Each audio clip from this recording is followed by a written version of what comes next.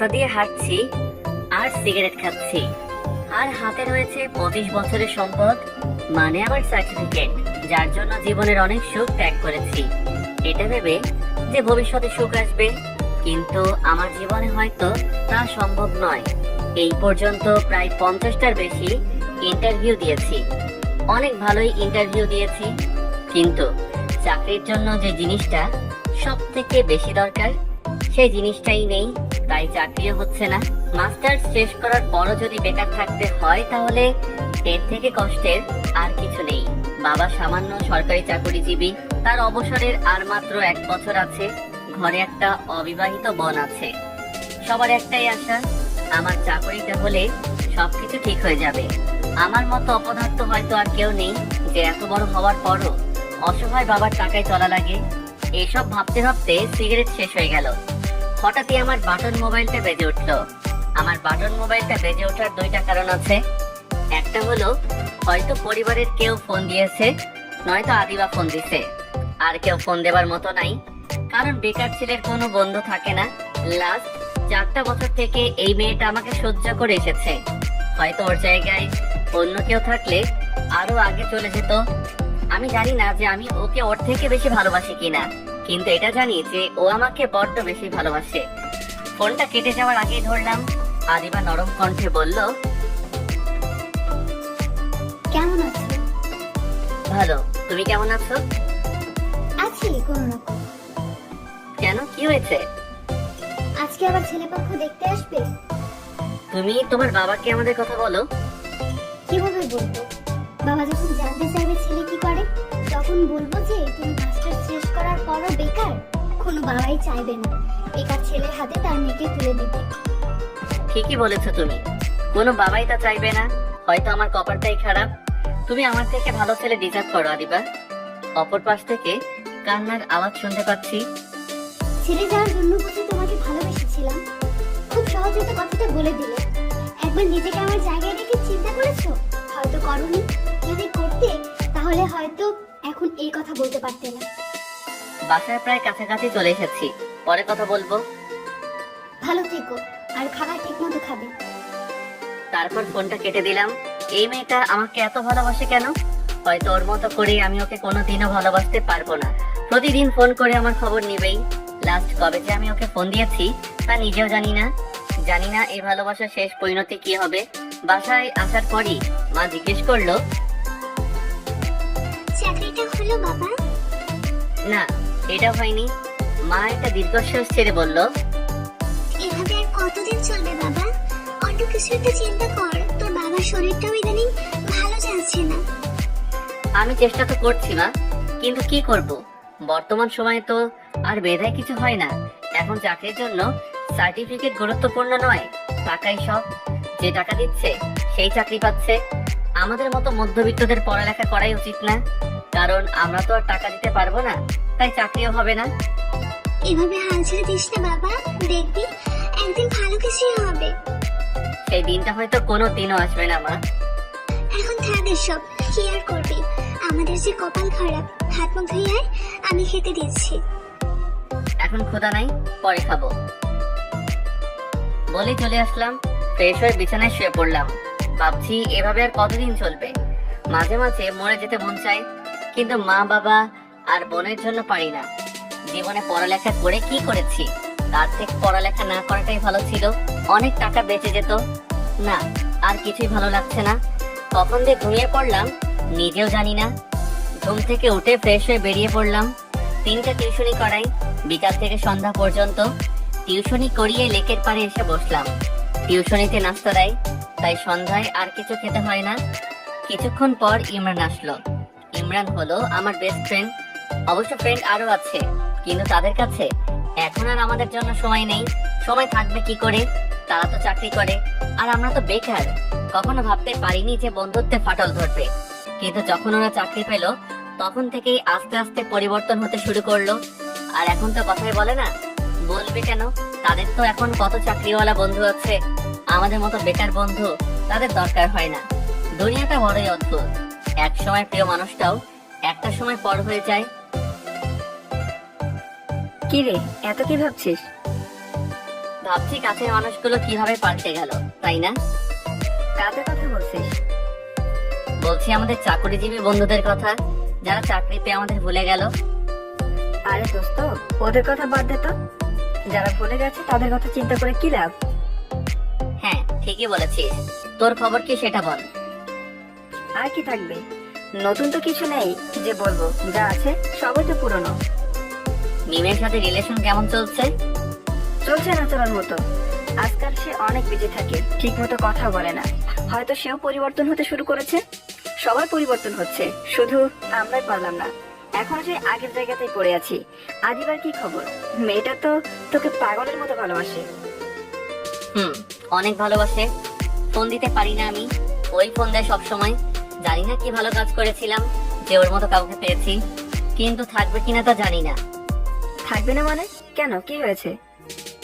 আবেগ দিয়ে তো আর সব চলে না। বাস্তবতা বলে একটা কথা আছে।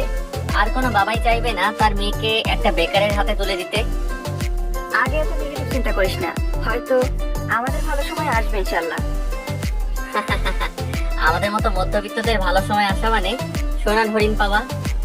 আচ্ছা, এসব কথা বাদ দে, চল চা খাই।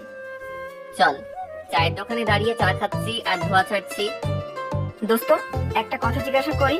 সবাই বেইমানি করলেও এই সিগারেট কোনোদিন বেইমানি করবে না। এটা সারা জীবন আমাদের সাথেই থাকবে। এটা আছে বলেই তো হাজারো বেকার একটু শান্তি পাচ্ছে। কিন্তু আজকাল সিগারেটেও কেন জানি অনুভূতি আসে না।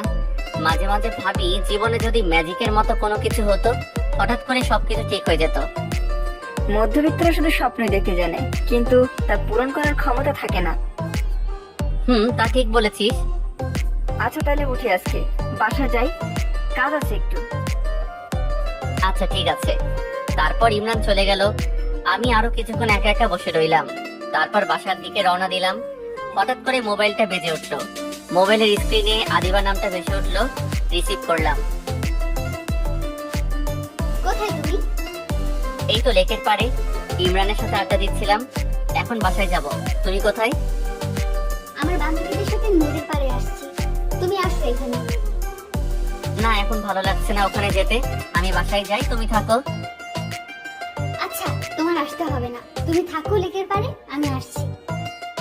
আরে না, আসতে হবে না। তুমি তোমার বান্ধবীদের সাথে থাকো। ধুর, তুমি এত বেশি বুঝো কেন? তোমাকে বলছি থাকতে থাকবা, আর কিছু না। অপেক্ষা করো, আমি আসতেছি। আচ্ছা ঠিক আছে। যেখানে বসেছিলাম একটু আগে আবার গিয়ে সেখানে বসলাম। আসলে আমি ইচ্ছে করে যাইনি নদীর পাড়ে। এমনিতেও আদিবার বান্ধবীরা মনে হয় আমাকে ভালো চোখে দেখে না, তা আমি তাদের কথাই বুঝতে পারি। বাট ক্লিয়ার করে কিছু বলে না। তারা হয়তো বিশ্বাসই করতে পারছে না যে আদিবা কি করে আমার সাথে সম্পর্ক করলো। বিশ্বাস না করারই কথা। আদিবার মতো সুন্দরী, পড়ালেখায় ভালো, তার উপর আবার বড় লোক কি করে আমার সাথে রিলেশন করলো। আর একটা কারণ হলো, আমার কাছে টাকা নেই, অবশ্য কোনোদিন ছিল না। আর সেখানে গেলে দেখা যেত তারা কিছু খেতে চাইতো, তখন আমি খাওয়াইতে পারতাম না। তখন আমার থেকে আদিবাই বেশি অপমানিত হতো। অবশ্য আদিবা আমার সবকিছুই জানে। ওর সাথে দেখা করতে গেলে ওই সবকিছু বিল দেয়, আর আমি ওকে এখন পর্যন্ত কিছুই দিতে পারিনি। আমি আদিবাকে জিজ্ঞেস করেছিলাম, তুমি আমাকে কি দেখে ভালোবাসলে? না পারি ঠিক মতো কথা বলতে, আর না পারি তোমাকে নিয়ে কোথাও ঘুরতে যেতে। গিফটের কথা তো বাদই দিলাম। তখনও বলেছিল, দেখো, আমি তোমাকে কি দেখে ভালোবেসেছি তা বলতে পারবো না, কিন্তু এটা বলতে পারবো যে আমি তোমাকে অনেক ভালোবাসি। আর তুমি আমাকে এসব জিনিস না দিতে পারলেও একটা জিনিস দিতে পারবে। কি সেটা? ভালোবাসা। ভালোবাসা দিয়ে কি সবকিছু হয়? দূর, এখন এসব বাদ দাও তো। আর বিয়ের আগে সব খরচ আমার, বিয়ের পর তো সব খরচ তুমিই দিবে। বেঞ্চের উপর বসে আছি আর আগের কথাগুলো ভাবতেছি। আমি কেন যাইনি? আদিবা মনে হয় তা বুঝতে পেরেছে। ওর কাছে কোনো কিছুই লুকাতে পারি না, না বললেও কেন জানি সবকিছু বুঝে যায়। কিছুক্ষণ পর আদিবা আসলো। সরি, একটু দেরি হয়ে গেল। আরে না, কোনো সমস্যা না। তা কি করছো এতক্ষণ একা একা? কি আর করব, তোমার কথা ভাবতেছিলাম। তাই বুঝি? আচ্ছা, তুমি এখানে আসলে কেন? আড্ডা দিতে তোমার বন্ধুদের সাথে? কেন আসছি বলে তোমার ভালো লাগে না? আরে ভালো লাগবে না কেন? আমি তো এমনি বললাম। তুমি তখন ফোনে এসব বললে কেন? কি বলেছি? এখন জানো না তাই না? জানো আমি কত কষ্ট পেয়েছি। সরি। থাক, আর সরি বলতে হবে না। আচ্ছা আদিবা, যদি আমাদের ভালোবাসা পূর্ণতা না পায়? মানে কি বলতে চাইছো? দেখো, কোনো বাবাই হয়তো চাইবে না তার মেয়েকে কোনো বেকার ছেলের হাতে তুলে দিতে। তুমি কি সারা জীবন বেকার থেকে নাকি? আমার তো মনে হয় আমার জীবনেও কিছু হবে না। ধুর, এসব ফালতু কথা বাদ দাও তো। তোমার এই ফালতু কথা শোনার মন মানসিকতা আমার নাই। আচ্ছা বাদ দিলাম, এবার হয়েছে? যাও তো, তুমি মুডটাই খারাপ করে দিলে। সরি। আর কখনো যদি এসব বলো তাহলে তোমার খবর আছে। শোনো, খারাপ সময় কারোরই চিরদিন থাকে না। এখন হয়তো তোমার খারাপ সময় যাচ্ছে, কিন্তু দেখবে একটা সময় পর তোমার ভালো সময় আসবে। তাই এটা নিয়ে মন খারাপের কিছুই নেই। কিন্তু সেই সময়টা যে কখন আসবে তা একমাত্র আল্লাহ বলতে পারবে। আচ্ছা, এখন এসব বাদ দাও। কি খাবে বলো? কিছুই খাবো না। কেন খাবে না? এমনি ভালো লাগছে না। তুমি বললেই তো আর হবে না। আমি যখন বলছি তখন তোমাকে খেতেই হবে। না খেতে মন চাইলেও জোর করে খাওয়াবা? হুম। অনিচ্ছা সত্ত্বেও আদিবার সাথে খেতে গেলাম। খাওয়ার পর আদিবাকে বললাম, এখন তাহলে আমি যাই। আরো কিছুক্ষণ থাকো না। না, থাকা যাবে না। বাসায় গিয়ে আবার ছোট বোনকে পড়াতে হবে। আচ্ছা ঠিক আছে, যাও, সাবধানে যেও। আচ্ছা। তারপর বাসায় চলে আসলাম। ছোট বোনটা এবার ইন্টার ফার্স্ট ইয়ারে পড়ে কমার্সে, আর আমিও কমার্সের স্টুডেন্ট, তাই রাতে ওকে পড়াই। ইদানিং রবি একটু বেশি হতাশায় ভুগছে। কখন কি বলছে কিছু বুঝতে পারছি না। এমন সময় মিম ফোন দিল।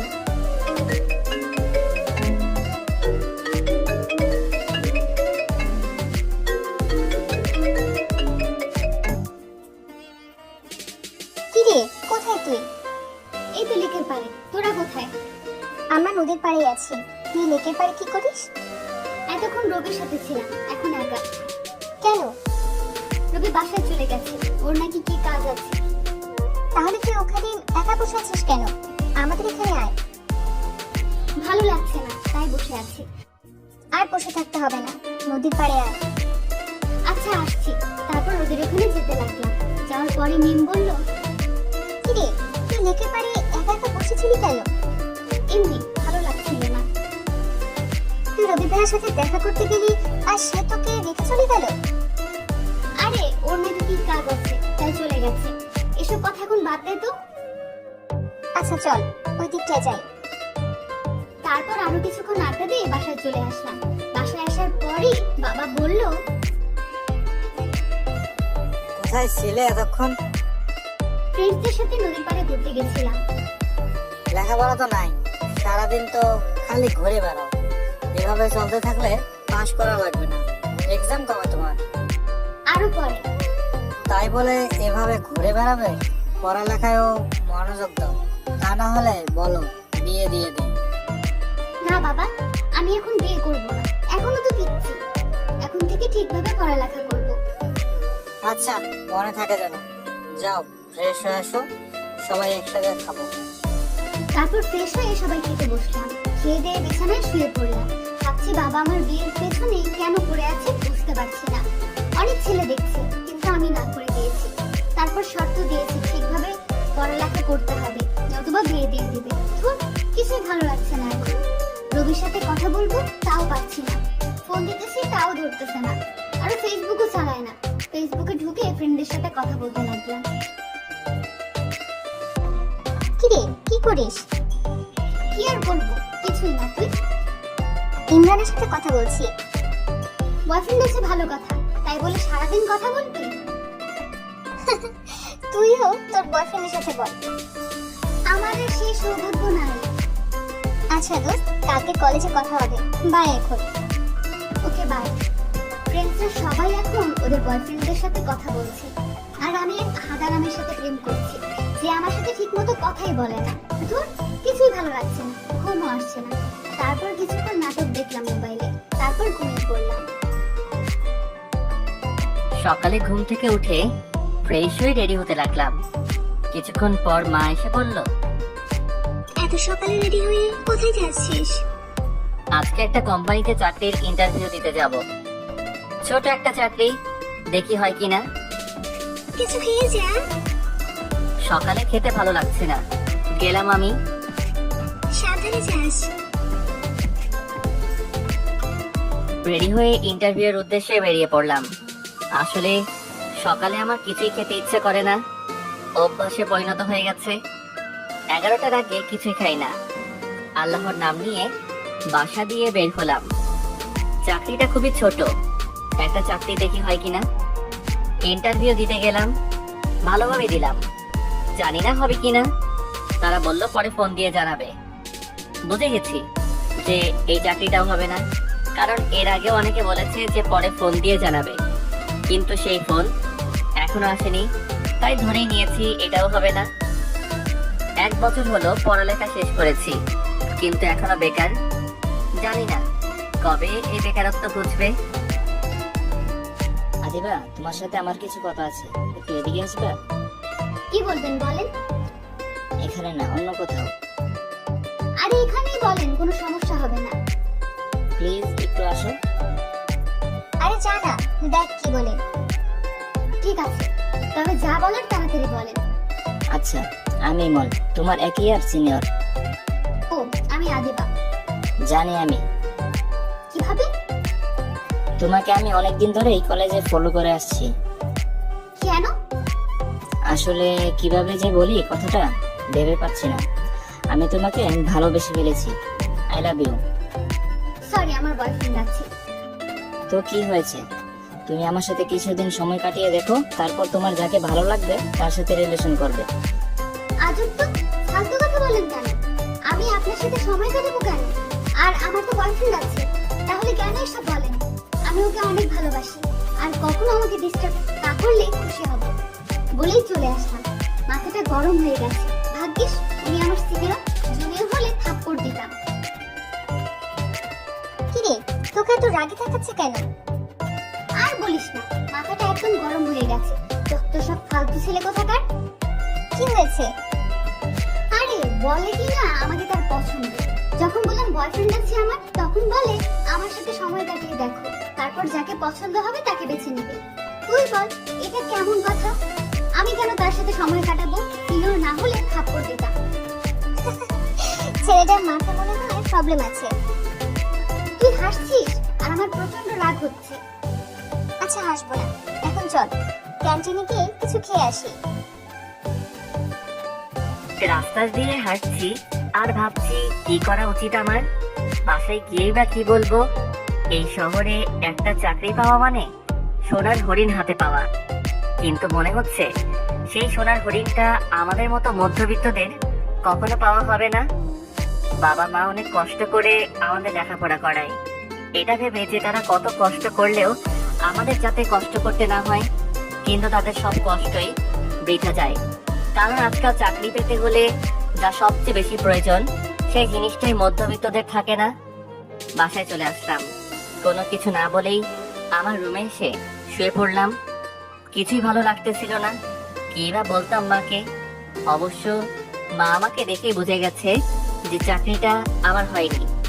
কিছুক্ষণ পর মা আসলো। এসে শুয়ে পড়লি কেন? সকালেও তো কিছু খাসনি। হাত মুখ ধুয়ে আয়, আমি খাবার দিচ্ছি। এখন ভালো লাগছে না, পরে খাবো। দেখ, যা হওয়ার তো হবেই, তার নিয়ে এত কষ্ট পাওয়ার কিছু নেই। ভাগ্যকে তো আর আমরা বদলাতে পারবো না, তাই না? কি করবো আমি? এইভাবে আর কতদিন বেকার থাকবো? মনে হচ্ছে পড়ালেখা করেই অনেক বড় ভুল করেছি।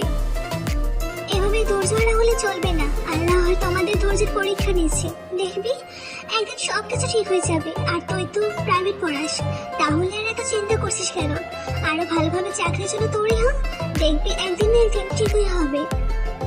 চেষ্টা তো অনেকই করলাম, জানি না সে একদিন কখনো আসবে কিনা। অবশ্যই আসবে। এখন শুয়ে থেকে হাত মুখ ধুয়ে আয়, আমি খেতে দিচ্ছি। আচ্ছা, ফ্রেশ হয়ে খেতে বসলাম, খেয়ে দিয়ে শুয়ে পড়লাম। কখন যে ঘুমিয়ে পড়েছি নিজেও জানি না। বিকেলে ঘুম থেকে উঠে পড়াতে গেলাম। 2জন ছেলে আর 1জন মেয়ে। আগে ছেলে 2জনকে পড়াই, তারপর মেয়েটাকে। সবাই ইন্টার ফার্স্ট ইয়ারে পড়ে কমার্সে। মেয়েটাকে পড়াতে গেলাম, মেয়েটাকে পড়াচ্ছি। কিছুক্ষণ পর ওর মা আসলো। আসসালামু আলাইকুম আন্টি। ওয়ালাইকুম আসসালাম। কেমন আছো রবি? জি আন্টি, ভালো। আপনি? এই নাও তোমার এই মাসের টাকাটা। ধন্যবাদ আন্টি। ধন্যবাদের কিছুই নেই, এটা তো তোমার পাওনা। আর শোনো, কালকে সারা জন্মদিন, তাই কালকে ওকে পড়াতে হবে না। সন্ধ্যায় বাসায় একটা বাড়তি রেখেছি, তুমি কিন্তু অবশ্যই আসবে। আসলে আন্টি, না, কোনো কারণ দেখালে হবে না, তোমাকে আসতেই হবে। স্যার, শুধু আসলে কিন্তু হবে না, আমার জন্য কিন্তু গিফটও আনতে হবে। চুপ করো সারা, এটা কোন ধরনের অভদ্রতা? অবশ্যই আনবো। আরে না, তোমার কিছুই আনতে হবে না, তুমি ওর কথায় কিছু মনে করো না প্লিজ। আরে না আন্টি, মনে করার কি আছে? আর শোনো, কালকে কিন্তু অবশ্যই আসবে। ঠিক আছে আন্টি, আসবো। পড়ানো শেষে রাস্তায় হাঁটছি আর ভাবতেছি কি গিফট দেওয়া যায়। না, কিছুই ভেবে পাচ্ছি না। গিফট দেওয়ার আমার কোনো অভিজ্ঞতাই নেই, তাই ভেবে পাচ্ছি না যে কি গিফট দিব। হঠাৎ করে মোবাইলটা বেজে উঠলো। স্ক্রিনে তাকিয়ে দেখলাম আরিবা কল দিয়েছে। সাথে সাথে রিসিভ করলাম। কেমন আছো? ভালো, তুমি? ভালো। কোথায় আছো তুমি এখন? এই তো এইমাত্র প্রাইভেট পড়িয়ে আসলাম, এখন হাঁটতেছি। তুমি কোথায়? আমি লেকের পাড়ে আছি, তুমিও আসো। আচ্ছা, আসছি। এটা বলেই কলটা কেটে দিলাম। লেকের পাড়ে যেতে লাগলাম। ভালোই হলো, আরিবার সাথে দেখা হয়ে গেল। ওর কাছ থেকে জেনে নেওয়া যাবে যে কি গিফট দেওয়া যায়। কিছুক্ষণ পর লেকের পাড়ে গিয়ে পৌঁছালাম, কিন্তু আদিবা লেকের কোন জায়গায় আছে তা তো জিজ্ঞেস করা হয়নি। এক কাজ করি, খুঁজতে থাকি। কিছুক্ষণ খোঁজার পর পেয়ে গেলাম, কিন্তু সেখানে শুধু আদিবা একা না, ওর অনেক ফ্রেন্ডরাও আছে। ওদের ওখানে গিয়ে পৌঁছালাম। আমি যাওয়ার পরেই আদিবার ফ্রেন্ডরা বলতে লাগলো, কেমন আছেন ভাইয়া? ভালো, তোমরা? তা ভাইয়া কি করছেন এখন? কিছুই না। মানে বেকার? হ্যাঁ, আমি খুব ভালোভাবে বুঝতে পারছি যে তারা আমাকে পরোক্ষভাবে অপমান করতেছে, কিন্তু আমার বলার কিছুই নেই, কারণ তারা যা বলতেছে ঠিকই বলতেছে। আমি এই জন্যই আদিবা যখন ওর বন্ধুদের সাথে থাকে তখন ওর সাথে দেখা করি না। শুধু শুধু কেন তাদের কথা শুনবো? দোস্ত, অনেক ক্ষুধা লেগেছে, চল কিছু খেয়ে আসি। আচ্ছা চল। আমি বেশ বুঝতে পারছি যে আজকে আমার কপালে খারাপ কিছু লেখা আছে। তারা হয়তো ইচ্ছে করেই এমনটা করতেছে। তারপর সবাই খেতে গেলাম। খাওয়ার সময় আদিবার ফ্রেন্ডরা বলল, দোস্ত, আজকের বিলটা কিন্তু দোলাভাই দিবে। কেন? ও কেন দিবে? বিল আমি দিব। তুই কেন দিবি? মনে কর দোলাভাই আজকে আমাদের ট্রিট দিচ্ছে। আচ্ছা, এত কথা বাড়ানোর দরকার নেই, বিল আমিই দিব। খাওয়ার পর বিল দিলাম। তারপর বেরিয়ে এসে লেকের পাড়ে বেঞ্চে বসলাম। আমি আগেই বুঝতে পেরেছিলাম যে এরকম কিছু একটা হবে। ভাগ্যিস সবার কাছ থেকে প্রাইভেটের টাকা পেয়েছিলাম, তাই হাতে এখন টাকা আছে। কিছুক্ষণ পর আদিবাকে বললাম, আচ্ছা আদিবা, তোমরা আড্ডা দাও, আমি বাসায় যাই। কেন দুলাভাই, তাড়াতাড়ি না গেলে মনে হয় বকা দিবে? অবশ্য বকা দেওয়ারই কথা, কারণ আপনি তো এখনো অনেক ছোট। আরো কিছুক্ষণ থাকো না। না, ছোট বোনকে পড়াতে হবে। তোমরা আড্ডা দাও, আমি গেলাম। তারপর সেখান থেকে চলে আসলাম। আদিবার ফ্রেন্ডটা আমাকে মনে হয় সহ্যই করতে পারে না, সুযোগ পেলেই আমাকে ইনসাল্ট করবেই। ওখানে থেকে কেন তাদের কথা শুনবো? তার থেকে চলে আসছি, তাই ভালো হয়েছে। দোস্ত, তুই কি করে রবি ভাইয়ের সাথে রিলেশনে আছিস? আমি তাই বুঝতে পারছি না। মানে কি বলতে চাইছিস তুই? দেখ, তুই মনে কিছু করিস না, কিন্তু আমি সত্যিটাই বলতেছি। আমাদের সবার বিয়ে ভালো ফ্যামিলির, আর ওরা নিজেরাও ভালো পর্যায়ে আছে। আর আমরা যদি আমাদের পরিবারকে আমাদের রিলেশনের কথা বলি, তারাও রাজি হবে। কিন্তু রবি ভাইয়া একদমই আলাদা। আমি মানছি যে রবি ভাই অনেক ভালো, একদম সহজ সরল, তার মনটাও অনেক ভালো, কিন্তু এইগুলা দিয়ে তো আর জীবন চলবে না। তোর কি মনে হয় তোর বাবা তোদের রিলেশন মেনে নেবে? আমার তো মনে হয় না। আর রবি ভাইয়ের ফ্যামিলিও মধ্যবিত্ত, আর সেও এখনো বেকার। তুই আমার ফ্রেন্ড হয়ে এগুলো কিভাবে বলতে পারি? তুই ভালো করে জানিস যে আমি রবিকে কতটা ভালোবাসি। আর রবি কি সারা জীবনে বেকার থাকবে নাকি? থাক তোরা, গেলাম আমি বলেই ওখান থেকে চলে আসলাম।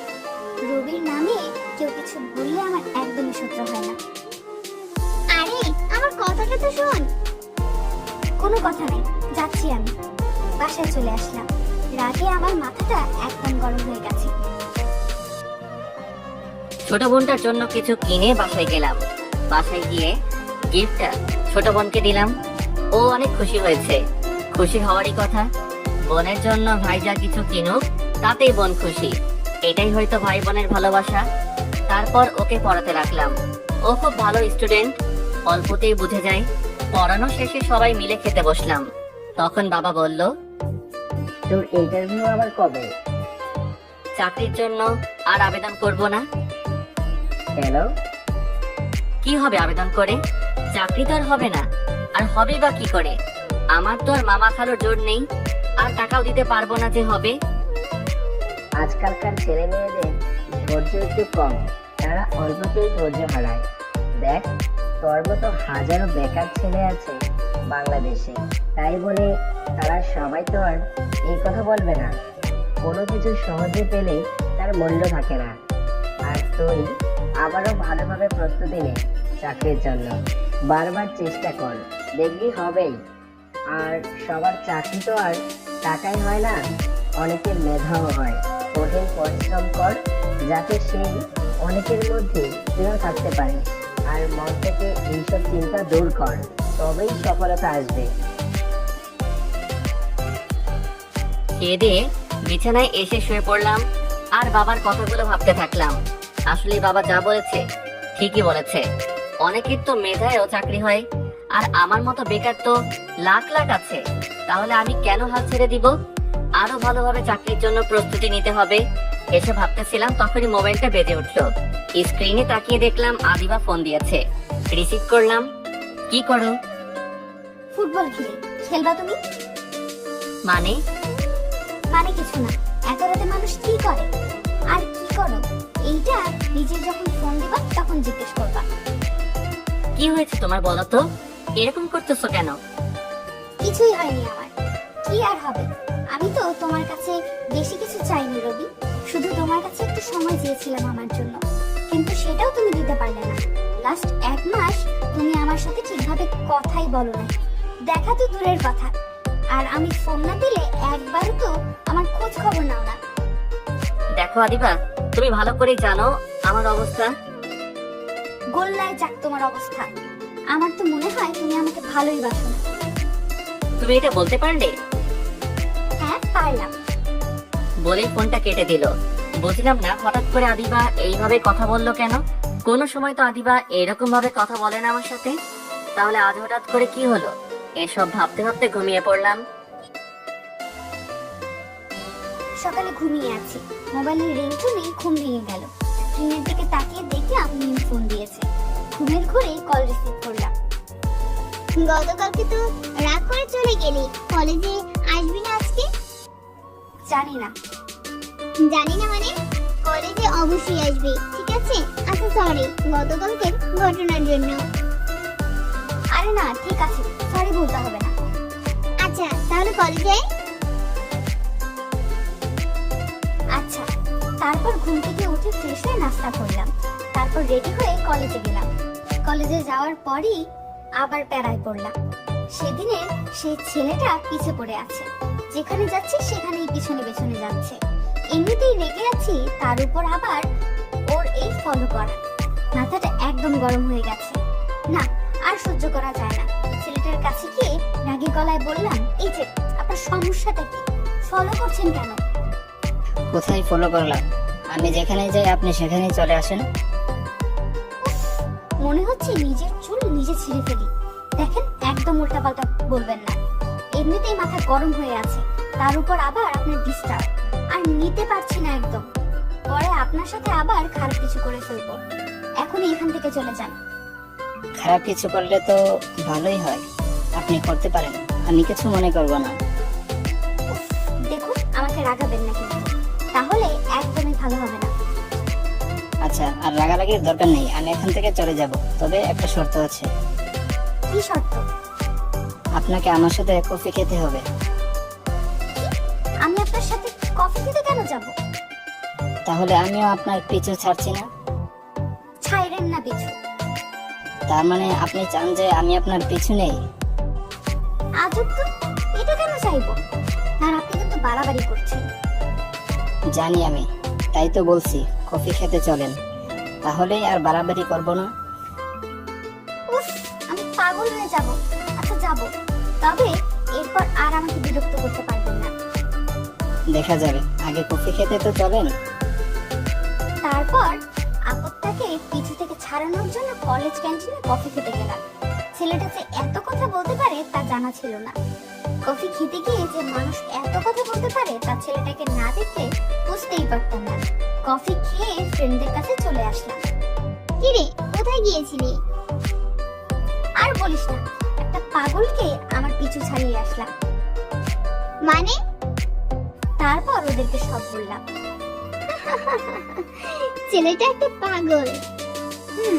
ঠিক বলেছিস। ক্লাস করে বাসায় চলে আসলাম।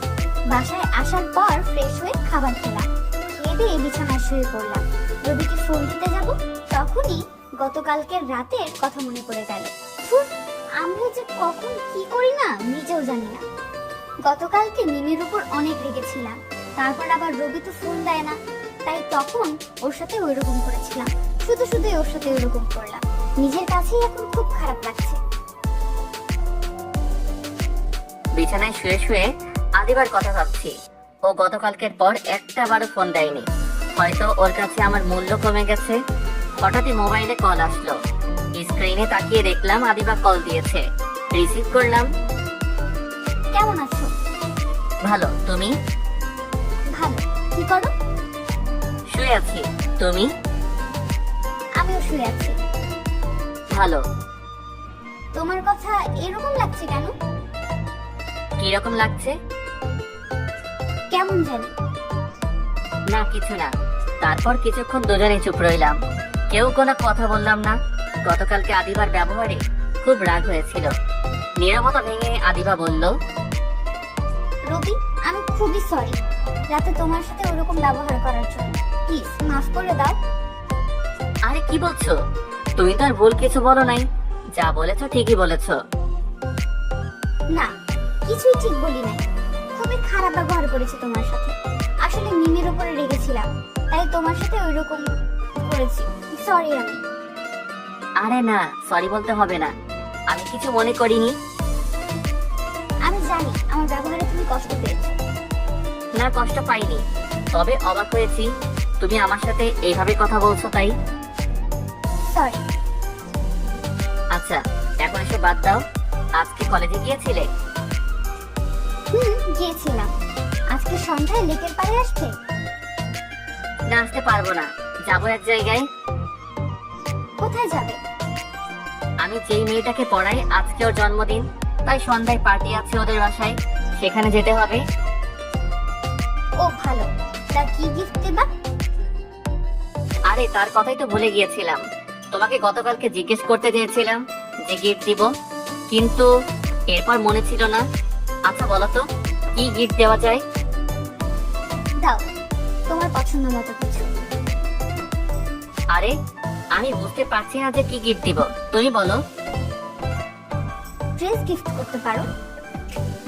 আচ্ছা, কিন্তু সমস্যা হলো মেয়েদের ড্রেস তো আমি কিনতে পারবো না যদি তুমি আসতে। আচ্ছা আসবো। কখন কিনবো? বিকালে। আচ্ছা ঠিক আছে। আচ্ছা রাখি তাহলে। তারপর ঘুমিয়ে পড়লাম। রবির সাথে কথা বলার পর ফেসবুকে ঢুকলাম।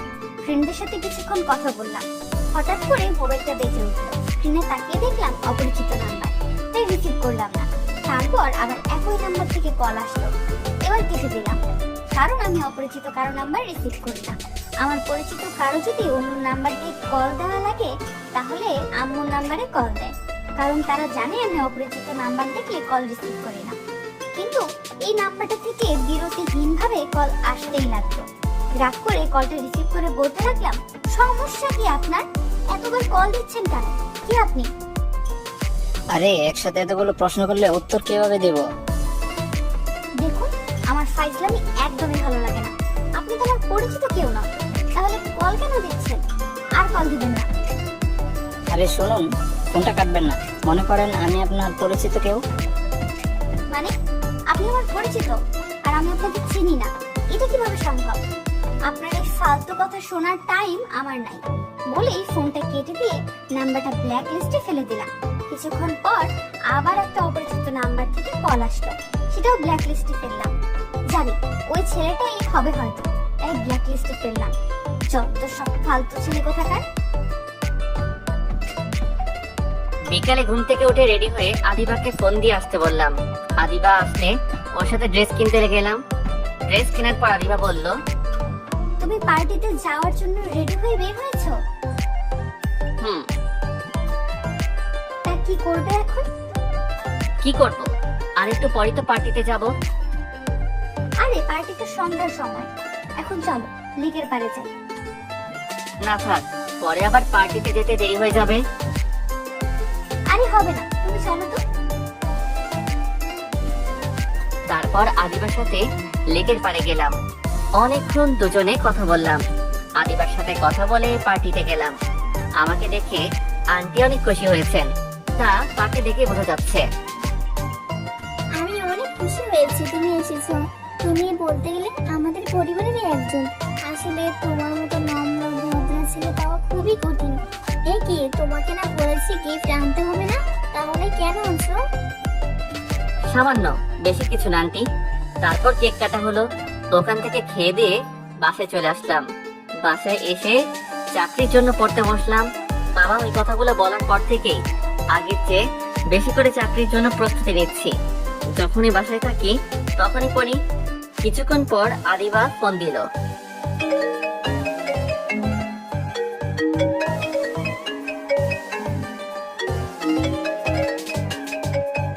কি করো? পড়ছি। তুমি কি করো? করো মানে? তুমি কি আবার স্কুলে ভর্তি হলে নাকি? আরে না, চাকরির জন্য পড়ছি। যখন বাসায় থাকি তখনই পড়ি। এবার অনেক ভালোভাবে চাকরির জন্য প্রস্তুতি নিব। ভালো। রাতে খাওয়া হয়েছে? তোমার? এই মাত্র খেলাম। ভালো। আচ্ছা রাখি, তাহলে কালকে কথা হবে। আচ্ছা ঠিক আছে, পড়ো তুমি বলেই ফোন কেটে দিল। আর একটু কথা বললে কি হতো? মনে হচ্ছে জানো আমার জন্য ওর পড়ার ডিস্টার্ব হচ্ছে। আজকাল রবি কেমন যেন হয়ে গেছে, একদমই সময় দেয় না আমাকে।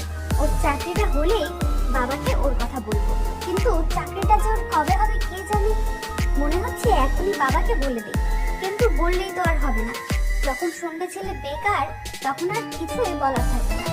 এসব ভাবতে ভাবতে কখন যে ঘুমিয়ে পড়েছি নিজেও জানি না। সকালে ঘুম থেকে উঠে ফ্রেশ হয়ে কলেজে গেলাম। কলেজে যাওয়ার পর আবার সেই বেড়া। সেই ছেলেটাকে এতবার বলার পরও আমার পিছু ছাড়ছে না। কেমন আছো আদিবা? এতক্ষণ পর্যন্ত ভালো ছিলাম, কিন্তু এখন আর ভালো নেই। কেন? কেন আবার? আপনি বিরক্ত করলে ভালো কি করে থাকবো? তুমি রাজি হয়ে গেলে তো আর বিরক্ত করবো না। দেখুন আমার বয়ফ্রেন্ড আছে, তারপরও কেন আমার পিছু ছাড়ছেন না? বয়ফ্রেন্ড আছে তাতে কি, আমাকেও বানাও। ঠাস করে দুটো চর বসিয়ে দিয়ে বললাম, তোর কি আমার ফালতু মেয়ে মনে হয় যে সবার সাথে প্রেম করে বেড়াবো? এতদিন বড় বলে সম্মান করেছি, কিন্তু আর সহ্য করতে পারছি না। তোকে এত করে বুঝিয়েছি যে আমার বয়ফ্রেন্ড আছে, তাও কেন পিছু ছাড়ছিস না? আর আমি জানি যে কাল তুই আমাকে ফোন দিয়েছিলি, তোর কণ্ঠ শুনেই আমি বুঝতে পেরেছিলাম। আচ্ছা, তোর সামনেই আমার বয়ফ্রেন্ডকে কল দিচ্ছি, তারপর রবিকে কল দিলাম, কল দিয়ে ফোনটা লাউড স্পিকারে দিলাম। কি করো? কিছু না, বাসায় আছি। তুমি কি করো? আমি কলেজে আছি।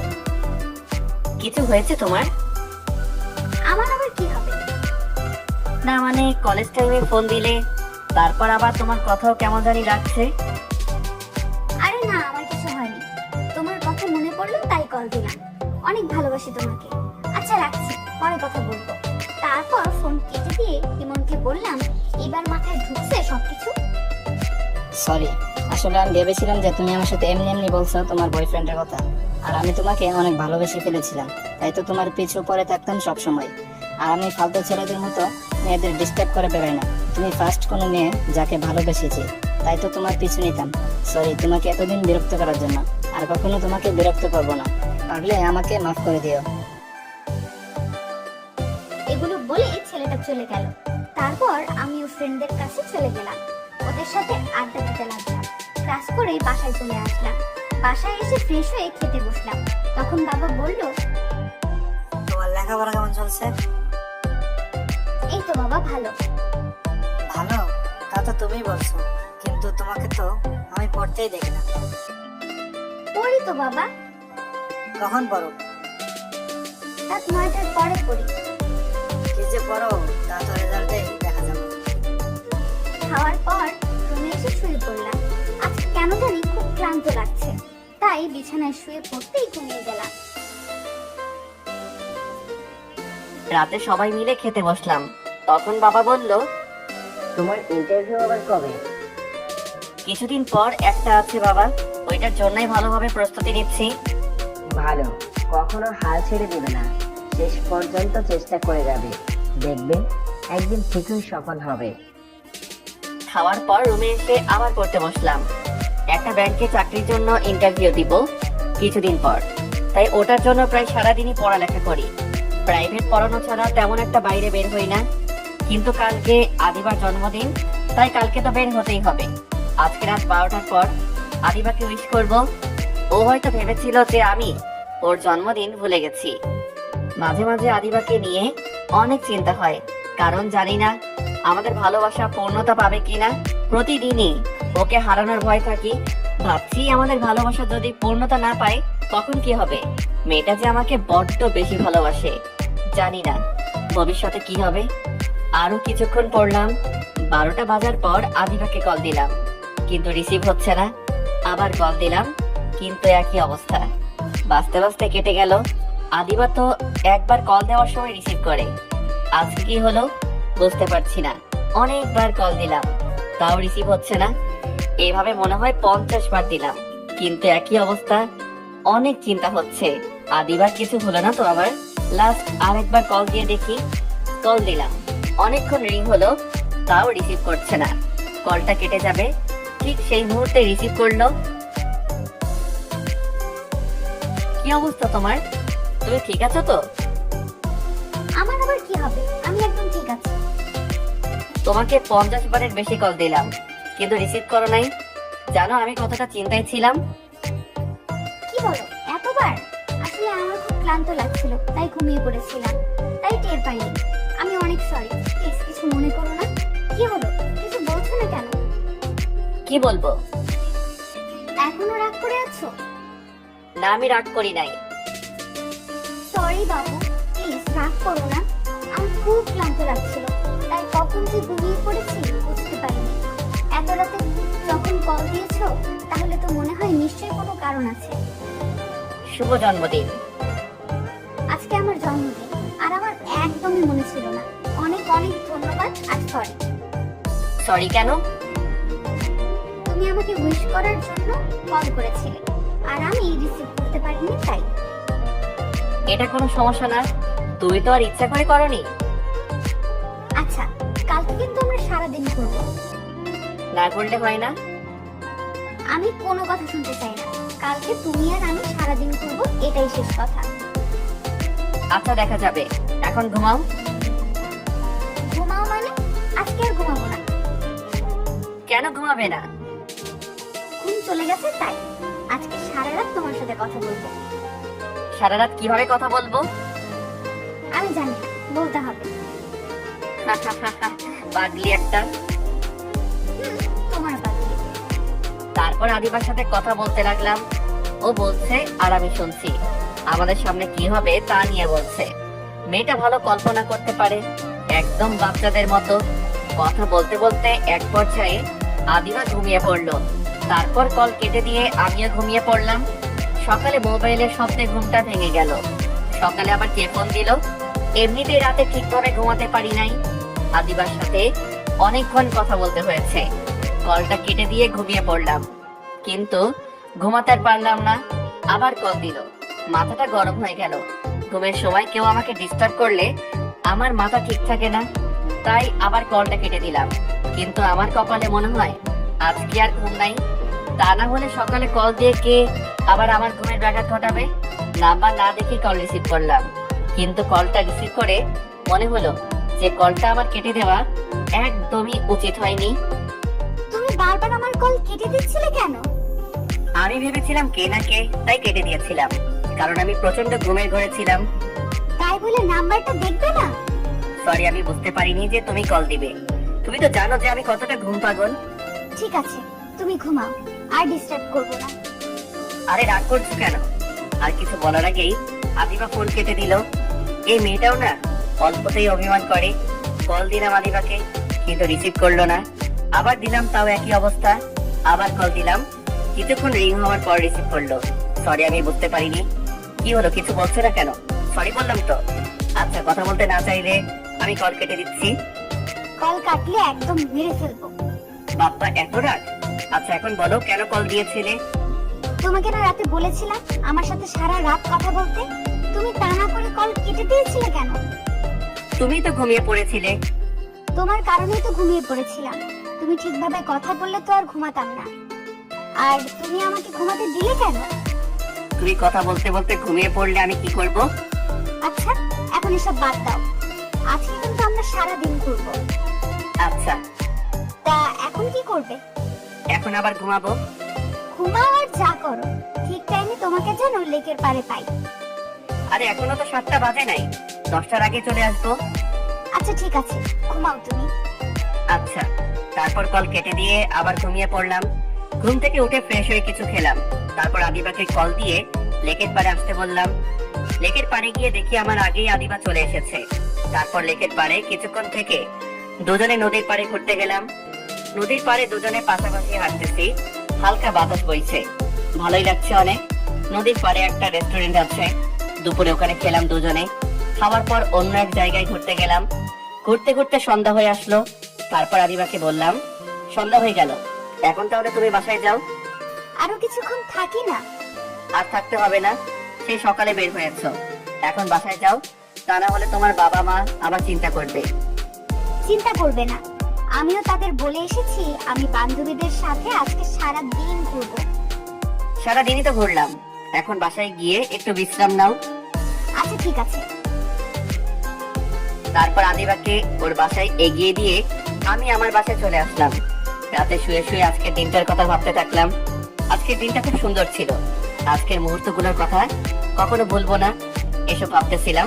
হঠাৎই মোবাইলটা বেজে উঠলো। স্ক্রিনে তাকিয়ে দেখলাম অপরিচিত নাম্বার। এত রাতে আবার কে কল দিল? যাই হোক, রিসিভ করলাম। তুমি কি রবি? জি, আপনি কে বলছেন? আমি আদিবার বাবা। আসসালামু আলাইকুম আঙ্কেল। ওয়ালাইকুম আসসালাম। ভালো আছেন আঙ্কেল? হ্যাঁ ভালো। যেটা বলতে তোমাকে কল দিয়েছিলাম, কালকে সন্ধ্যায় আমাদের বাসায় চলে এসো, তোমার সাথে জরুরি কথা আছে। জি আঙ্কেল, অবশ্যই আসবো। আচ্ছা ঠিক আছে, রাখি, কালকে কথা হবে। আচ্ছা, আসসালামু আলাইকুম আঙ্কেল। কল কেটে দিয়ে ভাবতে থাকলাম আদিবার বাবা আমাকে কি বলবে। তাহলে কি আদিবা ওর বাবাকে আমাদের কথা বলে দিয়েছে? তাহলে তো আমাকে বলতো, হয়তো আমাকে সারপ্রাইজ দিতে চেয়েছিল। কালকে গিয়ে দেখি কি বলে আদিবার বাবা। পরের দিন সন্ধ্যায় আদিবাদের বাসায় গেলাম। কিছুক্ষণ পর আদিবার বাবা আসলো আর বলতে লাগলো, দেখো রবি, আমি জানি আদিবা তোমাকে অনেক ভালোবাসে, আর ও ভীষণ স্বপ্নবিলাসী, বাস্তবতা একদমই বোঝার চেষ্টা করে না। আর তোমাদের ভালোবাসার কোনো ভবিষ্যৎ আমি দেখতে পাচ্ছি না। এখন আদিবা তোমাকে অনেক ভালোবাসে, কিন্তু এটা হয়তো বেশি দিন থাকবে না। কোনো না কোনো এক সময় তোমাদের সংসারে অশান্তি সৃষ্টি হবেই। আর আমি আমার মেয়ের ভবিষ্যৎ অনিশ্চয়তার মুখে ফেলে দিতে পারবো না। আর আমি জানি না তুমি কতদিন বেকার থাকবে, আশা করি খুব তাড়াতাড়ি চাকরি পাবে। তাই বলে আমি নিজের মেয়ের জীবন ঝুঁকিতে ফেলতে পারবো না। আমি যা বলছি আশা করি তুমি বুঝতে পারছো। আর আমি এই কথা আদিবাকেও বলতে পারতাম, কিন্তু ওকে কখনো বোঝাতে পারতাম না। তুমি যদি সত্যি আদিবার ভালো চাও, তাহলে তুমি ওর জীবন থেকে সরে যাবে। আর তুমি যদি চাও আদিবার ভবিষ্যৎ অনিশ্চয়তার মুখে থাকো, তাহলে ওকে বিয়ে করতে পারো, কিন্তু তাতে আমি খুশি হব না। আঙ্কেল, আমি কখনোই চাইবো না যাতে আদিবা কষ্ট পাক বা ওর ভবিষ্যৎ অনিশ্চিত থাকুক। আমি সবসময় চেয়ে এসেছি ও ভালো থাকুক, আর সামনেও এটাই চাইবো। আপনি চিন্তা করবেন না, আদিবা যাতে ভালো থাকে আমি সেই ব্যবস্থাই করব। তারপর আদিবাদের বাসা থেকে চলে আসলাম। কথাগুলো বলতে যে কি কষ্ট হয়েছে তা কাউকে বলে বোঝাতে পারবো না। ছেলেদের কষ্ট ঢোকানোর একটা শক্তি থাকে, তাই তো ছেলেরা স্বার্থপর হয়ে বেঁচে থাকে। এই ভয়টাই সবসময় পেয়েছি, আর আজকে সেটাই হলো। জানি না কিভাবে আদিবার থেকে দূরে যাব। ওর সামনে তো কোনো মিথ্যা কথা বলতে পারবো না। আমার চোখের দিকে তাকাতেই মেয়েটা সব বুঝে যায়। রাস্তা দিয়ে হাঁটছি আর এগুলো ভাবছি, আর চোখ দিয়ে পানি পড়ছে। হয়তো আমার সাথে থাকলে সুখী হতে পারবে না, তাই ওর সুখের জন্য আমাকে এটা করতেই হবে। হঠাৎ করেই ইমরান কল দিল।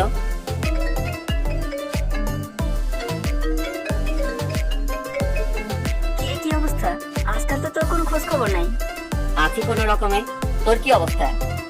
ওই আগের মতোই। তোর কত কেমন জানি লাগছে, কি হয়েছে রে? আরে না, আমার আবার কি হবে? আচ্ছা, লেকের পাড়ে আয়। আচ্ছা, আসতেছি। ভালোই হলো ইমরান ফোন দিয়েছে, ওর কাছ থেকে সাহায্য নিতে হবে। লেকের পাড়ে চলে গেলাম। আমাকে দেখেই ইমরান বলল, কি রে, তোর চোখ লাল কেন? তারপর ওকে সবকিছু বললাম। জানি না তোকে কি বলবো। তুই আদিবার কথা একটুও ভাবিস না, ও তোকে পাগলের মতো ভালোবাসে। দোস্ত, আদিবা আমার সাথে ভালো থাকবে না, আর আমি চাই না যে আদিবা আমার সাথে জড়িয়ে কষ্ট পাক। তুই একবারও ভেবে দেখছিস আদিবা কিভাবে এটা সহ্য করবে? জানি না আমি, তবে আমাকে এটা করতেই হবে। আমি চাই ও সুখে থাকুক। তোর কি মনে হয় ও তোকে ছাড়া সুখে থাকবে? হ্যাঁ, থাকবে। তোকে আর কি বলবো, আমি নিজেই অনেক সমস্যার ভিতরে আছি রে। তোর আবার কিসের সমস্যা? সমস্যা তো একটাই, তাহিয়া। ও আবার কি করলো? ইদানিং ও যেন কেমন একটা হয়ে গেছে, আগের মতো আর আমার সাথে কথা বলে না।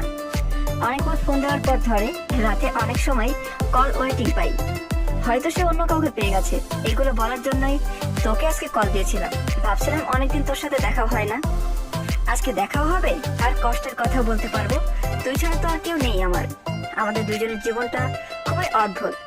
তুই আদিবার থেকে দূরে সরে যেতে চাইছিস, আর এদিকে তাহিয়া আমার থেকে দূরে চলে যেতে চাইছে। আচ্ছা, আমি একবার ওর সাথে কথা বলে দেখবো। তুই আবার ওকে কি বলবি? দেখ, তোদের রিলেশনের শুরু থেকে আমি ছিলাম। আমি হয়তো ওকে বোঝাতে পারবো, বোঝাতে না পারি, কিন্তু ও কেন এমন করছে তা তো জানতে পারবো। আচ্ছা, দেখ চেষ্টা করে। আমার মনে হয় না তোর সাথে কথা বলবে ও। দুজনে ধোয়া উড়াচ্ছি আর চা খাচ্ছি। দুজনের কষ্টই এক, হারানোর ভয়। কিছুক্ষণ পর বাসায় চলে আসলাম।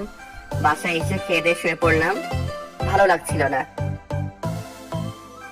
রাতে শুয়ে শুয়ে ভাবতে থাকলাম কিভাবে আদিবাসী কথাগুলো বলবো। ও তো আমাকে অনেক ভালোবাসে, জানি না কি করবো, তবে যে করেই হোক এটা করতেই হবে। হঠাৎ মোবাইলটা বেজে উঠলো। স্ক্রিনে তাকিয়ে দেখলাম আদিবা কল দিয়েছে। এখন কি করব কিছুই মাথায় আসতেছে না। এই অবস্থায় কিছুতেই ওর সাথে স্বাভাবিকভাবে কথা বলতে পারবো না। আমার কথা শুনলেই ও বুঝে যাবে যে কিছু একটা হয়েছে। কলটা বাজতে বাজতে কেটে গেল, কিন্তু আবার কল আসলো। এবারও ধরলাম না। না, এভাবে হবে না। আদিবা কল দিতেই থাকবে, তা না হলে মেসেজ দিবে, তা দেখলে আর নিজেকে সামলাতে পারবো না। তার থেকে ভালোভাবে ফোনটা অফ করে দেই। ফোন অফ করে শুয়ে রইলাম। জানি আদিবা এখন কি ভাববে। ও হয়তো অনেক চিন্তা করবে, কিন্তু এছাড়া আমার আর কিছু করার নেই। আমি কখনোই ওকে বলতে পারবো না যে তুমি আমাকে ভুলে যাও। এটা বলা আমার দ্বারা সম্ভব নয়। জানি না কিভাবে কি করব, কিছুই মাথায় আসছে না। হঠাৎ মনে পড়লো আজকে ইমরানের কথাগুলো। নিজের ভালোবাসাকে তো ধরে রাখতে পারলাম না, কিন্তু ওর ভালোবাসাকে হারাতে দেওয়া যাবে না। অনেকক্ষণ পর ফোনটা অন করলাম, তারপর তাহিয়াকে কল দিলাম, কিন্তু ধরলো না। কিছুক্ষণ পর আবার দিলাম, তাও ধরলো না। এইভাবে অনেকক্ষণ পর ফোনটা ধরলো। এতবার কেন কল দিচ্ছেন? কে আপনি? আমি রবি। ও আপনি? তার কল কেন দিয়েছেন? তোমার সাথে কথা ছিল। কি বলবেন বলেন? তোমার সাথে আর ইমরানের সাথে কি হয়েছে?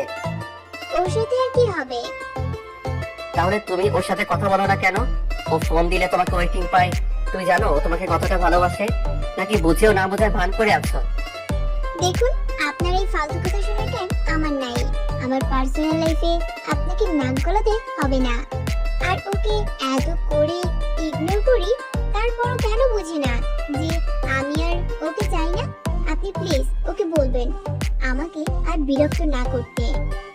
বুঝেছি, নতুন কাউকে পেয়ে গেছো হয়তো। আর কিছুই বলবো না, শুধু একটা কথাই বলবো, অনেক বড় ভুল করলে তুমি। ভুল তো আগেই করেছি, ওর সাথে রিলেশনে জড়িয়ে। আমার আগেই বোঝা উচিত ছিল যে ওর পাকার ব্যবধান।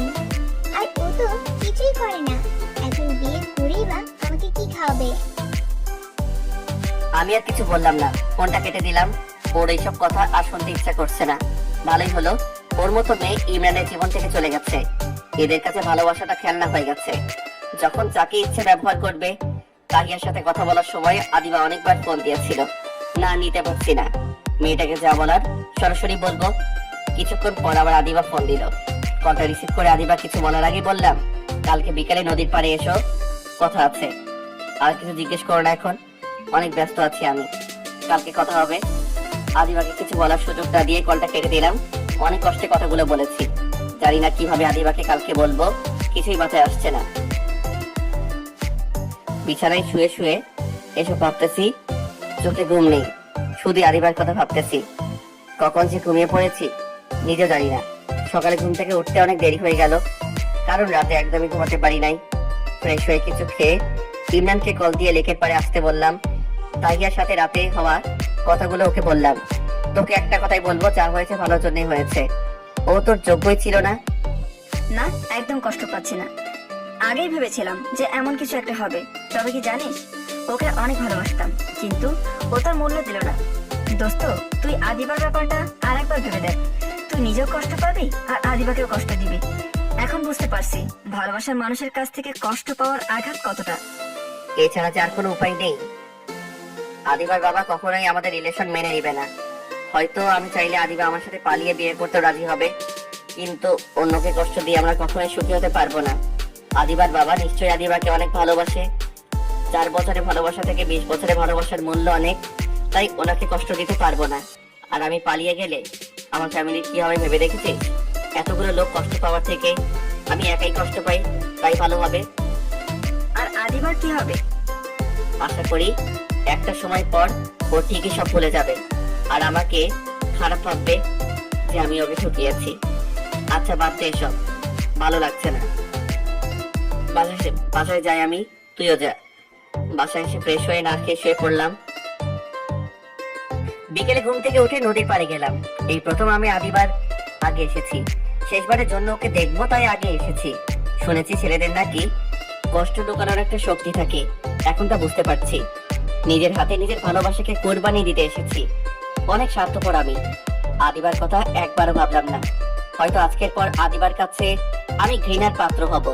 ও হয়তো ঘৃণা করবে রবি নামের সেই ছেলেটিকে, যাকে ও একসময় ভালোবাসতো। তাই ভালো হবে, ওর সাথে না থাকতে পারলেও ওর ঘৃণার পাত্র হয়ে তো সারা জীবন থাকতে পারবো। এতেই আমি খুশি। ভালোবাসার জন্য না হোক, ওকে ঠকিয়েছি এর জন্য হলেও ও আমাকে মনে রাখবে। কিছুক্ষণ পর আদিবা আসলো, এসে বলতে লাগলো, কি হয়েছে তোমার? রাতে ওইভাবে কথা বললে কেন? আমি কতটা চিন্তায় ছিলাম। না, কিছুই হয়নি আমার। তুমি আমার কথা একটুও ভাবলে না। জানো আমি কতটা চিন্তায় ছিলাম, সারা রাত ঘুমাতে পারিনি। সরি তোমাকে কষ্ট দেওয়ার জন্য। আচ্ছা বাদ দাও, তুমি জানো কি বলবে আমাকে? আসলে কিভাবে বলবো বুঝতে পারতেছি না। আরে এত টেনশন নিও না তো, বলো কি বলবে। আমাকে ভুলে যাও। আরে ফাইজলামি না করে বলো তো কি বলবে। ফাইজলামি করছি না, যা বলছি একদমই ঠিক। তোমাকে আমি ভালোবাসি না, আর আগেই বলা উচিত ছিল, কিন্তু পারি নাই। তাই তো লাস্ট কিছুদিন ধরে তোমার সাথে আর আগের মতো কথা বলি না।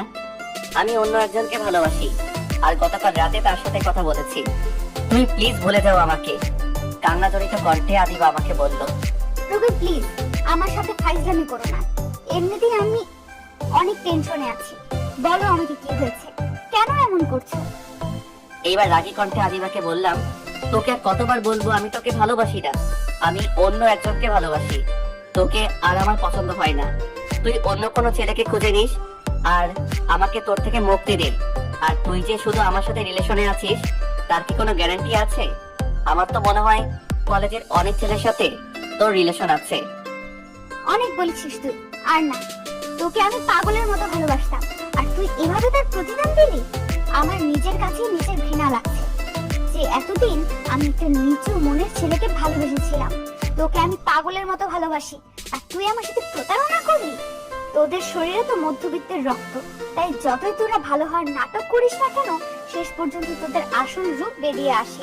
দূর হয়ে যা আমার চোখের সামনে থেকে, আর কোনোদিনও যেন তোকে আমি আমার চোখের সামনে না দেখি। এই বলে আদিবা চলে গেল।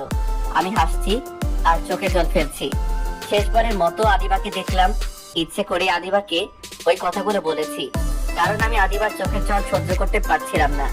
তাই আমি চেয়েছিলাম ও আমার উপরে রাগ করুক, আমাকে ঘৃণা করুক, তা না হলে আমি নিজেকে কন্ট্রোল করতে পারতাম না, কারণ ওর চোখের পানি আমি একদমই সহ্য করতে পারি না। একদিকে চোখের পানি ফেলছি আর অন্যদিকে হাসছি। বাসায় চলে আসলাম। বাবাকে বললাম ঢাকা মামার বাসায় যাব, ওখানে থেকে চাকরির প্রস্তুতি নিব। তাছাড়া সামনে ঢাকাতে একটা চাকরির ইন্টারভিউ আছে। বাবা রাজি হলো। মামাকে কল দিয়ে সব বললো। এখানে থাকলে আদিবাকে ভুলতে পারবো না, আর চাকরির জন্য প্রস্তুতিও নিতে পারবো না, তাই ঢাকাতে যাব। এখানে থাকলে আদিবার স্মৃতিগুলো আমাকে তাড়া করে বেড়াবে। পরের দিন ঢাকাতে চলে আসলাম। স্মৃতিগুলোকে মিথ্যে বলার চেষ্টায় আদিবাকে ভুলে থাকার জন্য প্রায় সারাদিনই বই নিয়ে পড়ে থাকি, কিন্তু তাও সফল হই না। কিভাবে হব? আদিবা যে আমার রক্তে মিশে আছে। 3 বছর পর আজকে অফিসে কাজের চাপ একটু বেশি। উপর মহল থেকে 2 জন অফিসার আসবে আমাদের ব্যাংক পরিদর্শনের জন্য, তাই একটু চাপে আছি।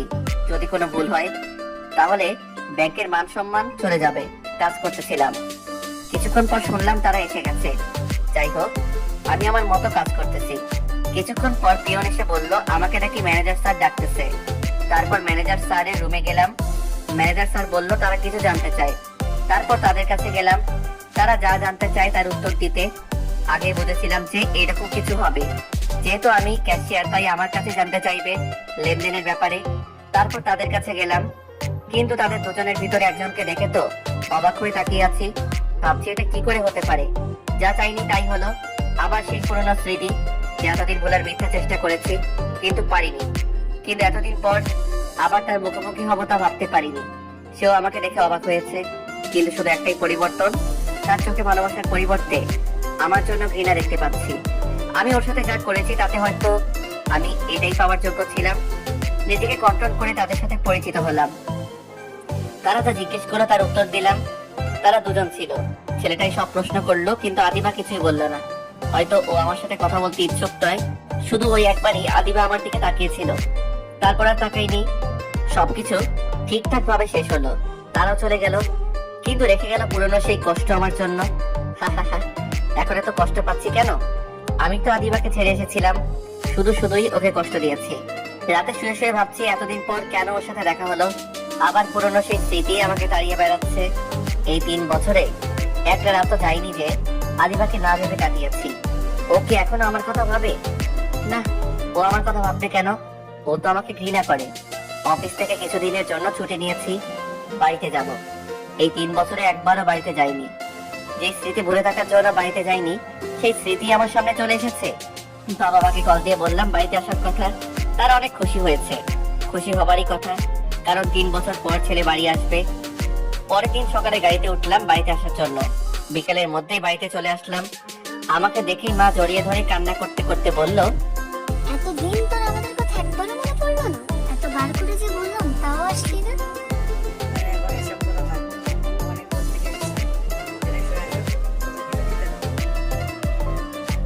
তারপর ফ্রেশ হয়ে কিছু খেলাম, তারপর একটু রেস্ট নিলাম। সন্ধ্যায় ইমরানকে কল দিলাম।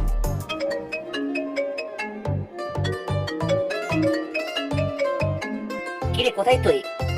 এই তো এখন অফিস থেকে বের হবো। তুই? আমি তো বাড়িতে। বাড়িতে মানে? আরে আমাদের বাড়িতে। আজকে সকালে গাড়িতে এসেছি। শালা, তুই বাড়িতে এসেছিস আর আমাকে বলিস নাই? লেগের পাড়ে চলে আয় এখনই। আচ্ছা, আসছি। তারপর রেডি হয়ে লেকের পাড়ে গেলাম। আমাকে দেখেই ইমরান জড়িয়ে ধরলো। কতদিন পর দেখলাম তোকে। তা দিনকাল কেমন চলছে? ভালোই। তোর? আমারও ভালোই। অনেকদিন চা সিগারেট খায় না একসাথে। চা খাচ্ছি আর ধোয়া উড়াচ্ছি। মনে হলো সে 3 বছর আগে চলে গেছি। আদিবার সাথে দেখা হয়েছিল গতকালকে ঢাকাতে। কি বলিস? কিভাবে? তারপর ওকে সবকিছু বললাম। কি বলিস? আদিবা তোর সাথে কথা বলো না? কেন বলবে? ও তো আমাকে ঘৃণা করে। ওর সাথে যা করেছি তাতে এটাই হওয়ার কথা। তা তোর মেয়ে কেমন আছে? আছে ভালোই। বিয়ের সময় আসলি না, মেয়ে হলো তাও আসলি না। কেন আসিনি তা তো ভালো করে জানিস। তা তুই বিয়ে করবি কবে? করবো না। মানে? একটা মেয়েকে ঠকিয়ে কিভাবে আর একটা মেয়েকে সুখী রাখবো, এসব বিয়ের চিন্তা মাথা থেকে অনেক আগে ছেড়ে ফেলেছি। আচ্ছা, আদিবার খবর কিছু জানিস? ওর হাজবেন্ড কি করে? আমি ওর ব্যাপারে কিছু জানি না, হয়তো বিয়ে করেনি, আমি শিওর না। আরো কিছুক্ষণ আড্ডা দিয়ে বাসায় চলে আসলাম। বাবা মা আর বোনের জন্য কিছু কেনাকাটা করেছি, সেগুলো তাদের দিলাম। তারপর সবাই মিলে কিছুক্ষণ আড্ডা দিলাম। আড্ডার পর সবাই একসাথে খেতে বসলাম। খেয়ে দিয়ে বিছানায় এসে শুয়ে পড়লাম। পরদিন পার্কে বসে আছি আর 3 বছর আগের কথাগুলো ভাবতেছি। কত স্মৃতি এখানে। ভাগ্য সহায় হলে হয়তো আজকে এখানে আদিবা আমার পাশে বসে থাকতো। আচ্ছা, ওর কি এখনো আমার কথা মনে পড়ে, নাকি বিয়ে হয়ে গেছে ওর? ওর স্মৃতি নিয়ে সারা জীবন কাটিয়ে দিব। হঠাৎ দেখলাম আদিবা একটা ছেলের সাথে হাসতে হাসতে কথা বলতেছে।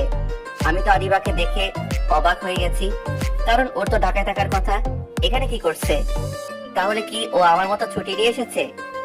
যার থেকে দূরে যাওয়ার চেষ্টা করি, সেই আমার কাছে চলে আসে। ছেলেটার সাথে ওকে দেখে মনে হলো কিছু একটা হারিয়ে যাচ্ছে। হারিয়ে তো ফেলেছি 3 বছর আগে, নতুন করে আর কিছু হারানোর নেই।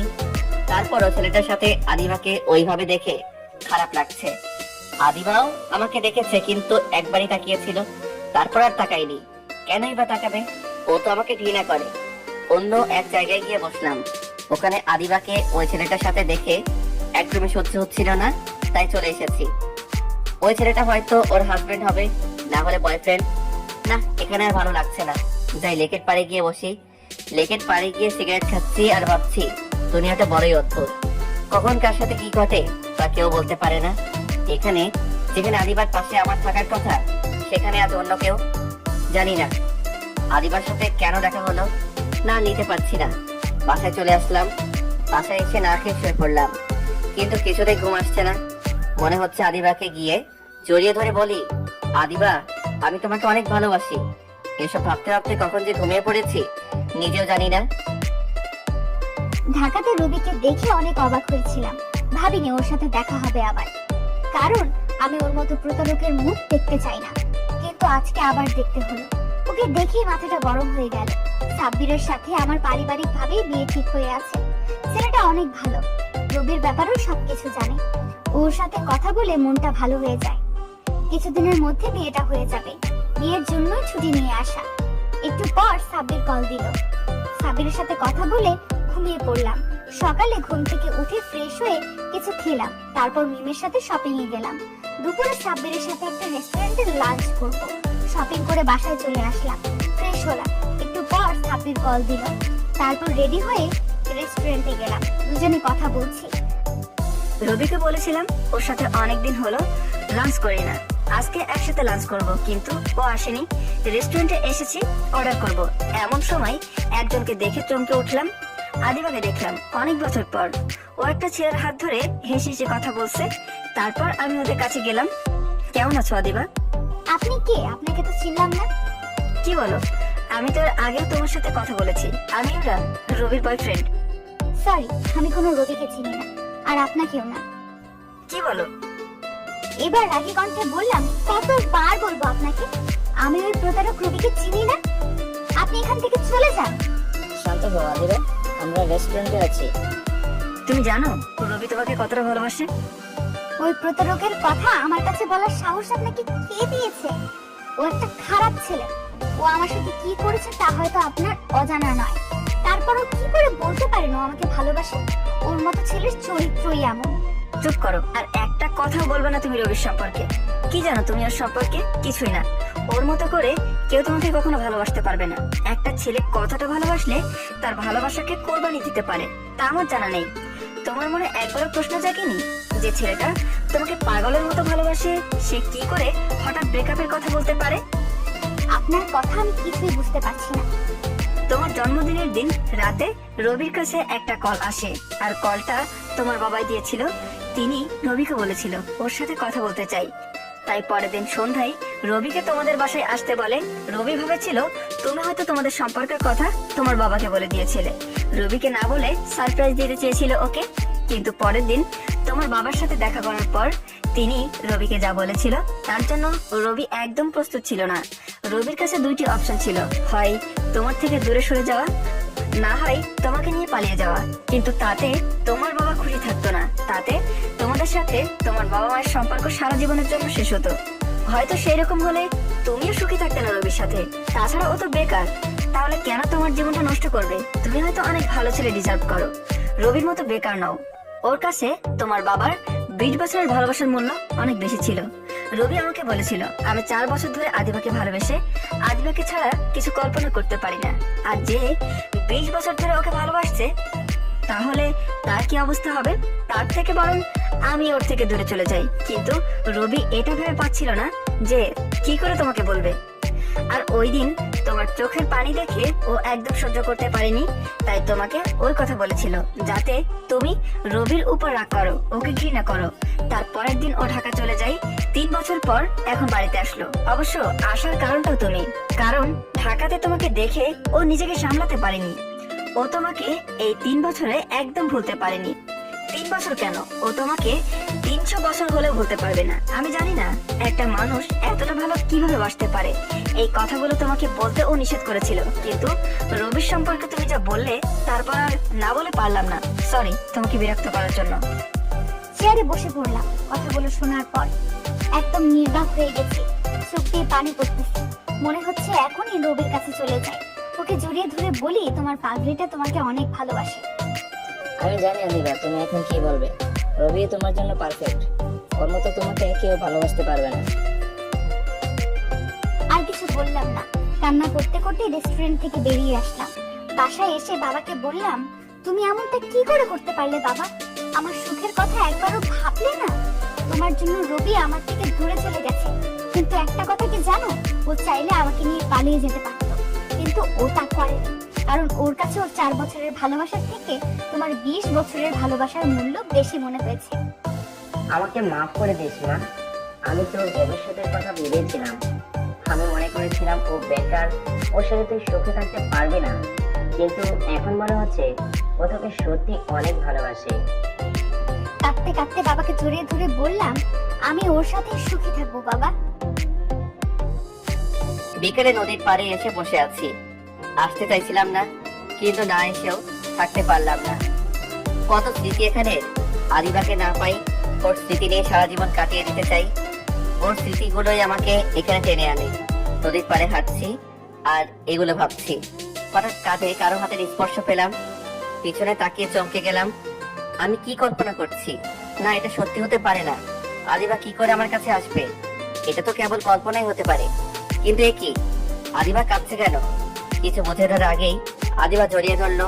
না, এটা কল্পনা নয়, বাস্তবে। কাঁদতে কাঁদতে আমার শার্ট পেঁচিয়ে ফেললো। জড়িয়ে ধরবে না আমাকে? না মানে? তুমি এমন কেন? এত ভালোবাসো কেন আমাকে? আমি কি এত ভালোবাসা পাওয়ার যোগ্য? সরি আর যদি কখনো আমার থেকে দূরে চলে যাও, তাহলে তুমি দূরে যাওয়ার আগে আমি অনেক দূরে চলে যাব। তুমি তোমার আদিবার কথা একবারও ভাবলে না? কি করে পারলে এই 3 বছর আমার থেকে দূরে থাকতে? আর আমি একটা খারাপ মেয়ে, কিছু না বুঝেই এই 3 বছর তোমাকে ঘৃণা করে এসেছি। তোমার যা ইচ্ছা শাস্তি দাও আমাকে প্লিজ। চোখ দিয়ে পানি বেরিয়ে গেল।